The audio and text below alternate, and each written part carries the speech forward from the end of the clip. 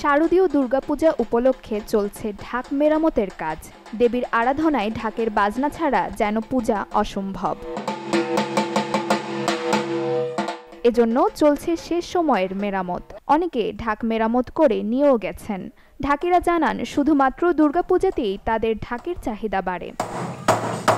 আমরা গরিব মানুষ, আমরা ওই ঢাক নিজেদের কাজের জন্যও রাখি, আবার 2-4জন বিক্রিও করি। দুর্গাপূজার সময় আমরা কেউই বাড়ি থাকি না।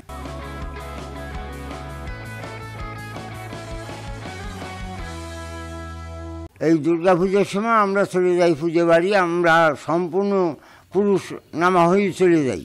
এই সময় আমাদের একটু আয়, তাছাড়া কোনো সময় আমাদের ঢাকের কোনো প্রয়োজন হয় না। দুর্গাপূজার সময় আমাদের চাহিদা। দুর্গাপূজায় রাজবাড়ীর পাংশা উপজেলার সরিষা ইউনিয়নের ঢাকিপাড়া থাকে অনেকটাই পুরুষ শূন্য। বিভিন্ন মন্দিরে ঢাক বাজাতে চলে যান সবাই, বাড়ি ফেরেন পূজা শেষে। সে কারণে পরিবারের সাথে পূজার আনন্দ উপভোগ করা হয়ে ওঠে না তাদের। এজন্য এই ঢাকিপাড়ায় দুর্গাপূজার 1 মাস পর আয়োজন করা হয় কাত্যায়নী পূজার। ঢাকের চাহিদা এখন ধরেন এই ঢাকেরই চাহিদা, তাছাড়া ওই অন্য পূজার সময় আমাদের ঢাকের কোনো চাহিদা হয় না।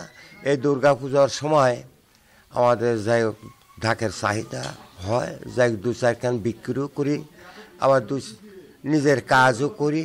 আর এই পূজার সময় তো আমরা পুরুষ লোক কেউ বাড়ি থাকি না, আমরা সবাই পূজায় চলে যাই। আবার দেখা যায় যে ওই পূজার পরে এসে আমরা নিজেরাও ওই কাত্যায়নী পূজা করি। ওই সময় আমরা কাত্যায়নী পূজা একটু জাঁকজমক করি। ঢাকিরা জানান, অতীতের চেয়ে দেশে পূজা মণ্ডপের সংখ্যা অনেক বেড়েছে মন্দিরের জৌলসও, কিন্তু কমেছে ঢাকিদের চাহিদাও।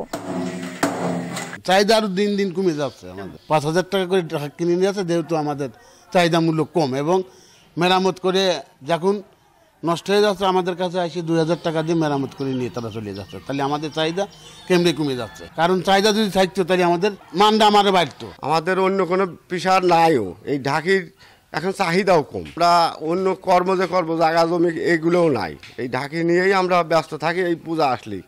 একটা সময় মন্দিরে শুধু ঢাকের শব্দেই আরতি সহ দেবীর আরাধনা হতো, কিন্তু এখন কৃত্রিম সাউন্ড সিস্টেমের কারণে কমে যাচ্ছে ঢাকের শব্দ।